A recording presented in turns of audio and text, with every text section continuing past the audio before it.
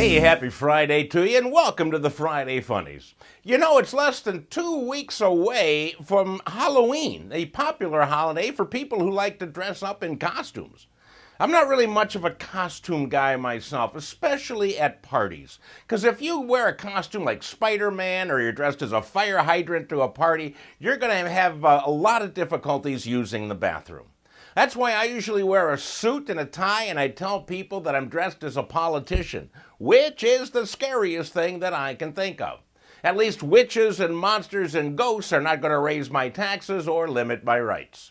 But we have plenty of time to think about our Halloween costumes. Right now, it's time to take a look at the news with the Friday Funnies.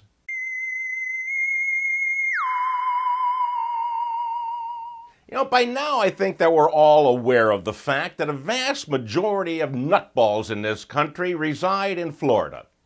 I don't know why that is, but it's a fact, and, you can look it up if you like.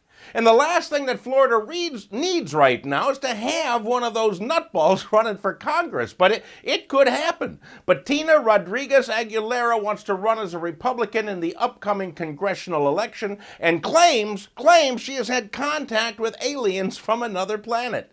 She said when she was 7 years old, 3 blonde, big-bodied beings visited her and communicated telepathically. And these telepathic aliens have been keeping in touch with her, checking in ever since. So perhaps her alien consultants could figure out our healthcare debacle or stop global warming, which could be what's making all those people in Florida so wacky. So Bettina, here's my slogan for you. Vote for Bettina. She puts the U in UFO. In Australia this week, 47 intrepid men and women set the record for playing miniature golf naked. Yeah, completely naked. They doffed their duds, they played miniature golf, a sport which requires a lot of bending over to retrieve the ball from each hole. And that makes me go, ew, The competition was fierce, heckling was everywhere. Naked golfers were calling out things like, hey, you call that a putter? Or who wants to rub my ball for luck? And I got a hole-in-one. Meanwhile, Alphabet, the Australian parent company of Google, partnered with a Mexican restaurant and a chain of drugstores to deliver burritos and medicines by drone.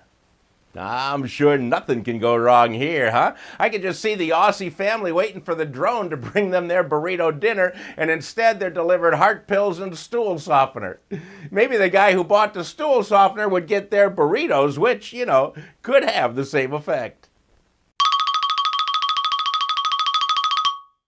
With Thanksgiving only a month away, 2 turkey stories popped up on this week's Comedy Radar.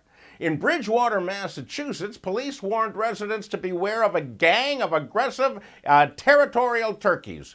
The Insane Toms. They imagine that's their name. Anyhow, they chased a slow-moving police car into the city while yelling out, "We got your gobble gobble right here, pal."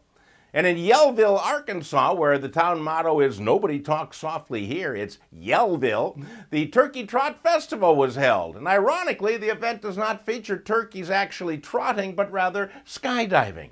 Several birds were tossed out of a low-flying plane to the delight of festival goers underneath. Now, this is not right. We all know from an episode of WKRP in Cincinnati that turkeys can't fly.